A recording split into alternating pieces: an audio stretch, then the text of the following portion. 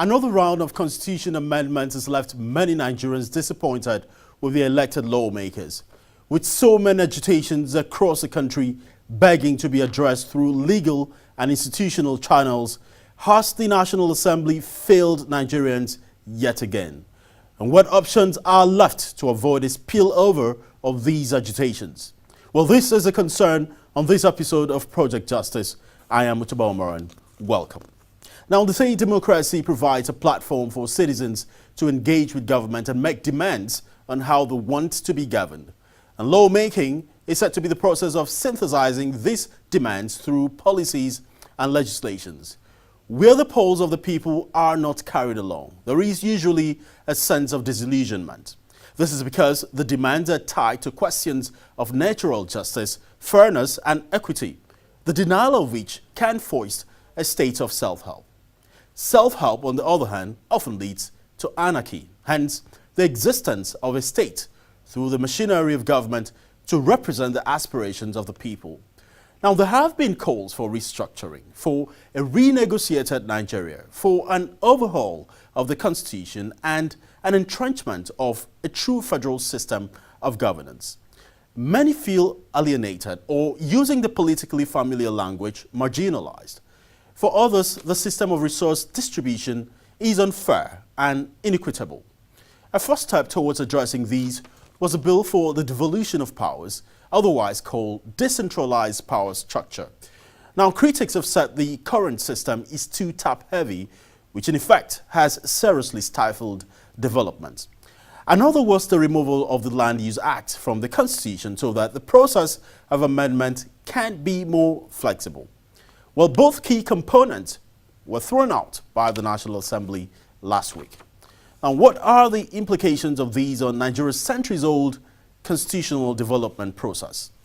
Well, former Director General of the Nigerian Institute of Advanced Legal Studies, Professor Epiphany Azinge, Senior Advocate of Nigeria, joined me after this news break.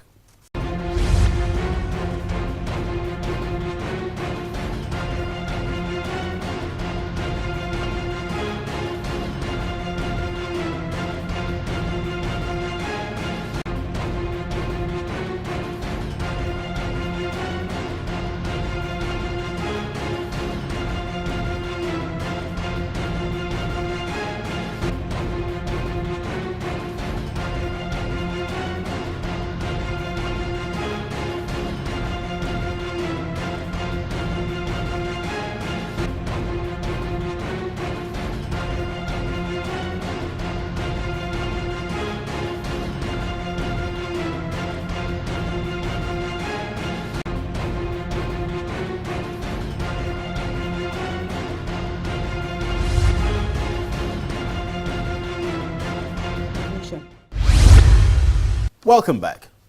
Meet constitutional law expert, Professor Azinge. I began by asking him what the throwing out of a key restructuring bills, if you may, means for Nigeria in the context of the time.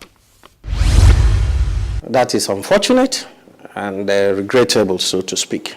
A situation where you have 68 items on the exclusive legislative list is too much for the center.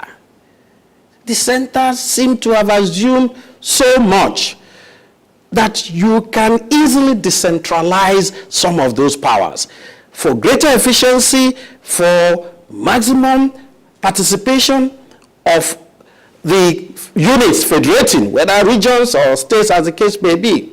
And that's why people ask certain critical questions. What, for God's sake, are you doing with prisons all at the center?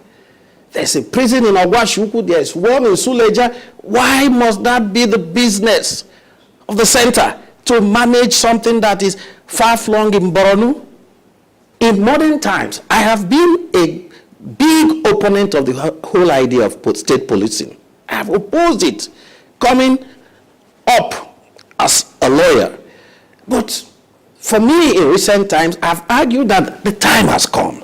We can now, because of what happened or transpired in 1966 or 65, say that in 2017, going forward, that we must continue to be hemmed in by what happened almost 50 years ago. It does appear that the fear is actually what some persons have about agreeing to some of these points which you are talking about. Because looking at the pattern of voting, we realize that mainly people from the northern region will vote a particular way, while senators and lawmakers from the southern region voted in a different way. More or less a regional system or a sectional pattern of voting. You're talking about fear, and a lot of people have talked about that as well. Why is there that fear, in your opinion? Well, I wouldn't know why, for instance, if we're talking about state policing, why any section of the country should be scared of state policing. If you have a police command that is controlled from Kano State, it has to be controlled from Kano State. It doesn't in any way affect Oyo more than Kano. So if Kano controls Kano, Sokoto controls Kano, Delta controls Delta, Anambra controls Anambra, how does it in any way constitute a problem for anybody from any other part of the country? I think it equalizes everybody. So why should that be an issue? But we noticed that that couldn't fly. Why should it be the fear of anybody that we are talking about 35% affirmative action for women?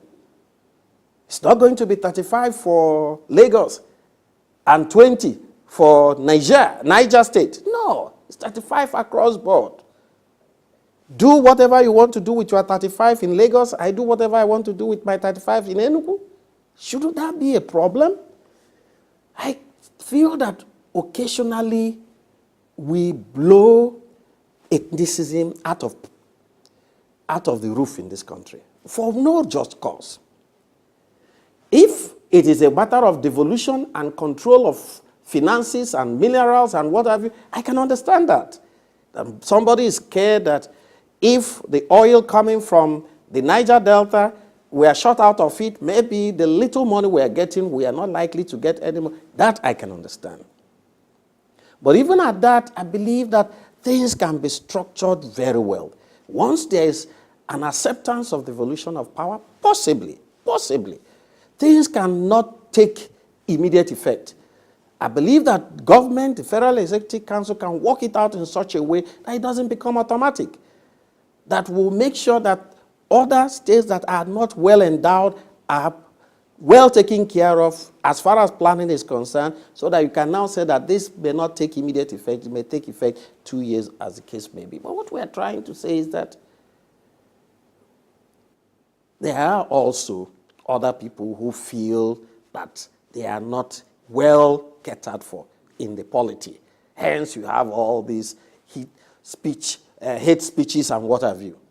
Some people are also thinking otherwise. Now, what I think we will be doing at this point in time is to see how we can blend, harmonize all these competing interests.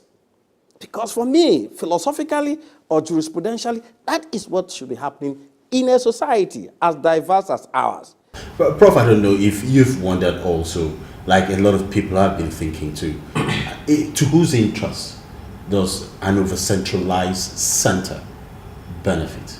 Well, to anybody who feels that a decentralization will weaken him or his people. That is the only way I can put it. If we want to know who benefits from over-centralization, we will also want to understand the corollary of the argument. Who feels that he or she will be weakened by decentralization? Once you factor out that, I believe the question is clear. Somebody somewhere feels that a decentralization will weaken the person. But we are trying to say a government that wants to harmonize the interests will be in a position to make it known to somebody that no, decentralization to a very large extent is not likely. If you follow, well, many people have argued that oil is automatically a wasting asset. And we have gotten 2040, 2045, most of the European countries want to now work on electricity, cars, and what have you. Alternative energy. Now, so where do we find ourselves in the next 20 years? So even if you think that it is Uhuru because decentralization will favor you, have you asked yourself where you will be in the next 20 years or thereabout? You would have fizzled out of the equation. So where do we go to? For me, it is no longer a question of oil. For me, it's a question of what is the alternative for oil in the whole of the country.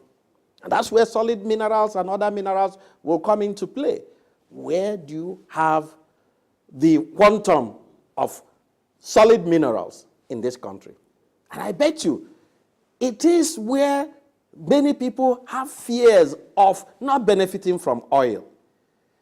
If I have oil and I work in such a way that I am not obviously considerate about my relationship with people without oil, one thing that should be at the back of my mind that it is only a matter of time. The other mineral resources will take over from oil, and I will be at the other end. So it is a question of one good turn deserves another. Now, Prof, we looking at the present context in which you're living in, there's been agitations everywhere. The southeast, there is agitation. Even in the north, there are people who are saying, quit our region. In the southwest, there are people who are agitating. In the south-south, Niger Delta area, there seems to be a relative calm at the moment. But we know how volatile that area has been. And all of this has been because of what you're just talking about now, the need for people to have more control and more access to their own resources. And now that the National Assembly has decided to vote this way, in negation of what appears to be the dominant thinking of many people, does it now give legitimacy to the agitations on the streets now that it appears that the institutional mechanism for dealing with some of these agitations may have failed us? Well, few points to address. One is to disagree that the dominant view is voted against, because the dominant view is what has prevailed.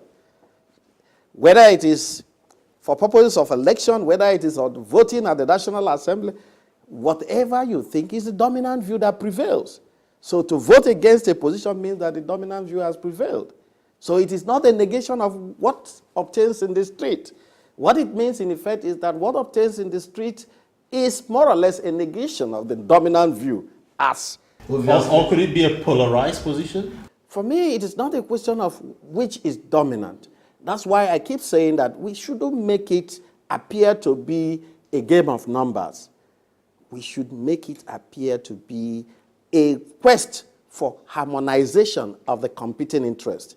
And if you strive to harmonize the competing interests in such a way that the minority position may not hold sway, but the minority view will be given attention in such a way that it can assuage the feelings and the fears of that minority, it doesn't make any difference if the dominant position prevails, as the case is. But where the dominant position prevails in such a way that it tends to negate and disregard the feeling of the minority in such a way that they feel that they are not taken into consideration in terms of equalizing things in the system. Prof, I ask that question because if you look at the geographical spread of those who have been agitating more for restructuring, you have the southeast, you have the southwest, and you have the south-south as well. Would we call that minority? Well, if we follow the voting pattern, if we follow the population census rightly or wrongly, if you follow the composition of the National Assembly rightly or wrongly, you find that southwest, southeast, south-south, they are in the minority, in these three spheres that I've enumerated. Whether it is the composition of the National Assembly, whether it is the last population census, whether it is in voting capacity, the three southern zones are in the minority. So whatever be the agitation, they are still in the minority. But nobody in a country that calls for indivisibility and indissolubility should take that for granted, regardless of the fact that they are in the minority. Because the minority will always have their say. The majority will have their way. And that's what we have seen. But will it stop the agitation in the streets? No, it will not. It will not. Why would it not? Not because some people lost out, but because things have not been handled the way they are supposed to be handled. Does it add more fuel to the agitation? Well, to a large extent, one will pray not. One will pray it does not. But I'm reluctant to imagine that it will not. Not because it will be fueled by anybody, but again by the approach adopted. Like I said, this is something that I imagine would have been delayed a little bit. In order to build up a consensus, in order to intensify consultation, and in order to give breadth and vitality to the whole debate. If we have exhausted that and we come to the National Assembly, I believe that we would have been in a position to imagine what the consensus will be, even before the voting. And to that extent, it will douse the tension to a very large extent. But this came like thunder from the blues. The convergence was not even there. No meeting point, nothing. And the next thing, voting. And the items to be voted, devolution of power through the window, this creation of state through the window. So many of those things that form the nucleus of restructuring were thrown out of the window. Hey, somebody will say, wait a minute, what is happening?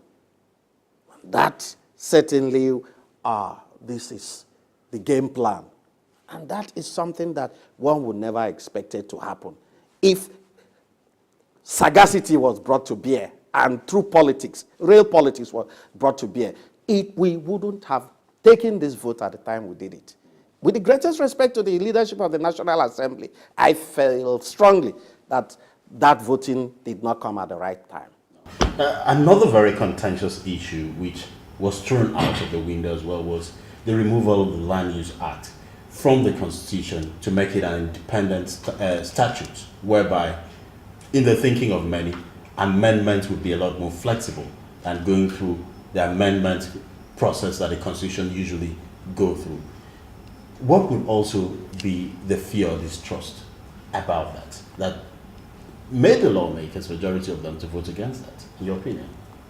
Well, I believe again that it is still the issue of the dominant view. Mark you, if you understand the land use system as entrenched in the Constitution, it is a tenorial system that is peculiar to a particular part of the country, which was revolutionized and entrenched in the Constitution.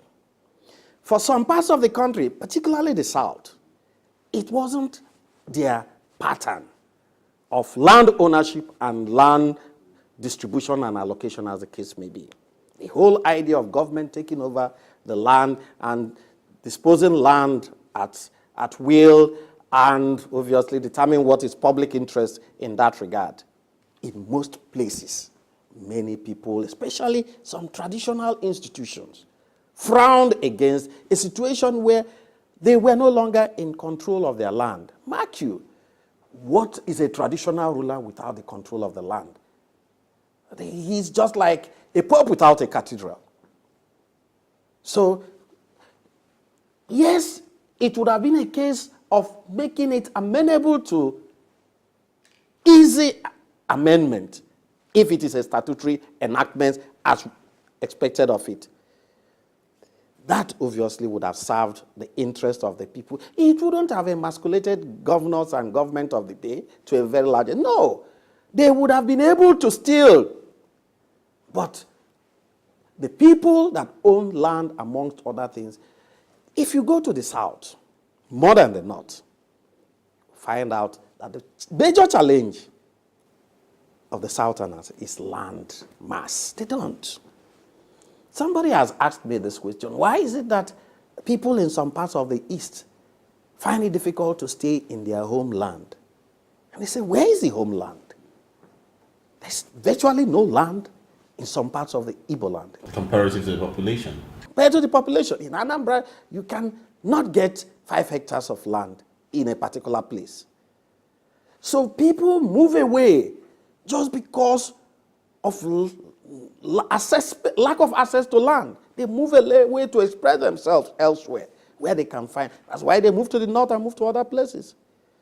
This would have given them the opportunity to reevaluate and review everything and see whether they can now go back and take control away from government and what have you. Because the only people that can give you 50 hectares of land anywhere now is government, because they can acquire it for public interest and then obviously distribute it as they will. So these are challenges that we thought that would have been addressed. Again, we lost it. Ditto, National Youth Service. Some persons have identified some apparent contradictions within the Act itself, because where the Act vests ownership and control of land in urban areas in the governors, is it not then contradictory for the federal government to appropriate resources that may be found in those land, liquid resources, for instance, crude oil, for instance, to its own, and use its powers in a very over-centralized structure that we have to redistribute those resources back to the states?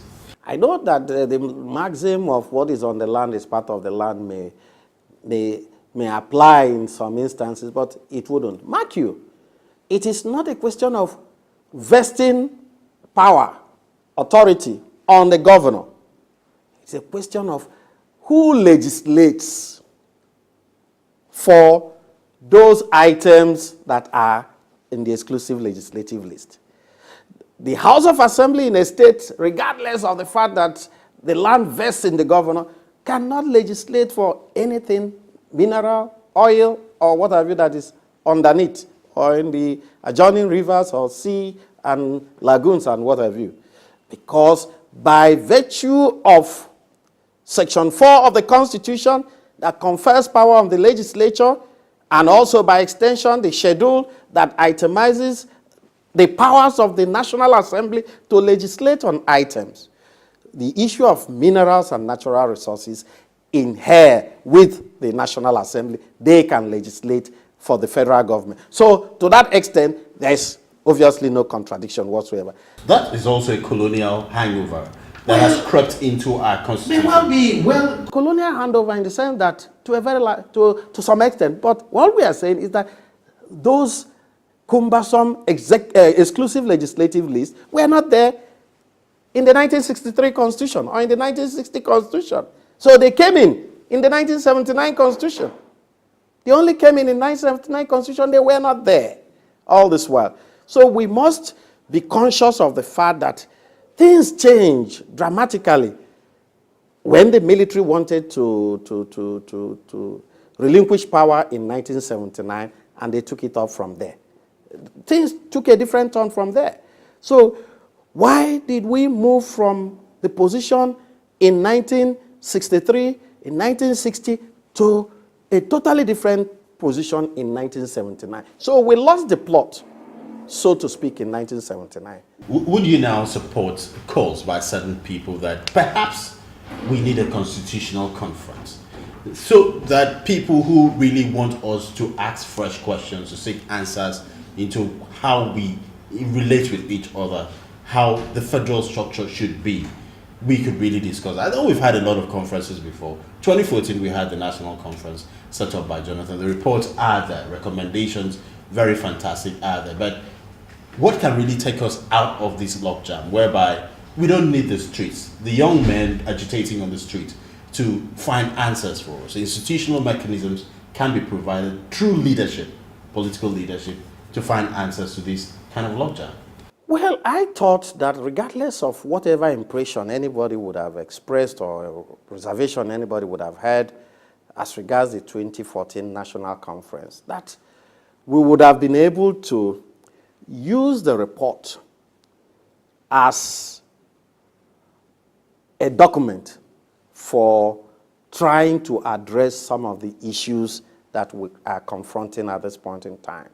But unfortunately, we did not look at it. I am thinking that we cannot at this point in time be compelled to go through another constitutional conference, or even to go through, quote and unquote, what people refer to as the sovereign national conference, because we have a sitting parliament. And if we believe, as the Constitution tells us, that sovereignty belongs to the people, In other words, power belongs to the people. Not from the perspective of the People's Democratic Party, but because the Constitution says that sovereignty belongs to the people. It means that the people represent, the group representing the people now are the National Assembly.